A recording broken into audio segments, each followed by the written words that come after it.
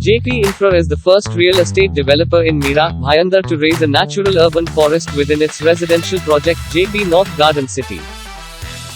The project is spread across 22 acres and boasts of an urban forest and 16 plus lifestyle themed gardens. This forest with 3,200 plus trees comprising of 52 native species.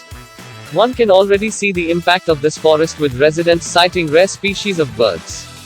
We've seen so much of climatic change happening over the years, and especially due to deforestation. This is a wonderful project started by JP Infra to create a small forest within their project. I think this is going to be wonderful because we do have very few areas that are green within the urban concrete jungle that Bombay has become. So this is something we all should look forward to. In fact, doesn't this seem like the perfect place for Shinrin Yoku? You know what that means? It's a Japanese word of forest bathing.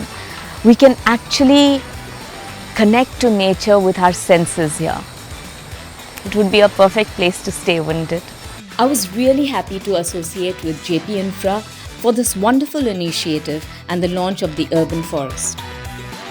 We invite you to come and experience this marvel of nature at JP North Garden City.